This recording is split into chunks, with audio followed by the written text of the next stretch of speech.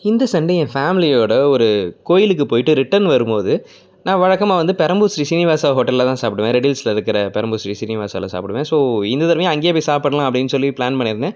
வழக்கமா நான் அங்க சாப்பிட வரும்போது எல்லாமே வந்து இந்த மந்தி பிரியாணி சாப்பிடணும்னு ட்ரை பண்ணுவேன். பட் ஒவ்வொரு தடவையும் அது தீர்ந்து போயிட்டே இருக்கும். ஸோ, இந்த தடவ காலியாயிடுச்சு அப்படின்ற மாரியே சொல்லியிருப்பாங்க. ஸோ, இந்த தடவ மிஸ் பண்ணாம சாப்பிட்டுறணும் அப்படின்றதுனால கொஞ்சம் ஏர்லியராவே வந்துட்டேன். ஸோ, அதே மாரி போன உடனே முதல்ல மந்தி பிரியாணி இருக்கான்னு கேட்டு தான் உள்ளேயே போனேன். மந்தி பிரியாணியும் ஆர்டரும் பண்ணிட்டேன். இந்த மந்தி பிரியாணி வந்து பார்த்தீங்கன்னா, எப்படி நான்வெஜ்க்கு வந்து பாயாசம், கத்திரிக்காய் குழம்பு, அதுக்கப்புறமா அந்த ரைத்தா குடுப்பாங்கல்ல, அதே மாரி இதுக்கும் அதே மாரி குடுத்துருந்தாங்க.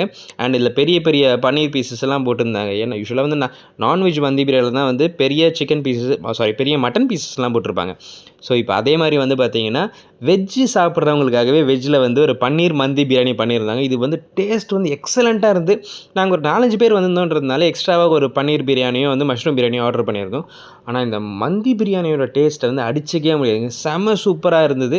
அதில அவங்க குடுத்திருந்த அந்த மந்தியோட ஃப்ளேவர் எல்லாமே வந்து எனக்கு ரொம்பவே பிடிச்சிருந்தது. நீங்க இத ட்ரை பண்ணி பார்த்துருக்கீங்களா? எனக்கு கமெண்ட்ல சொல்லுங்க.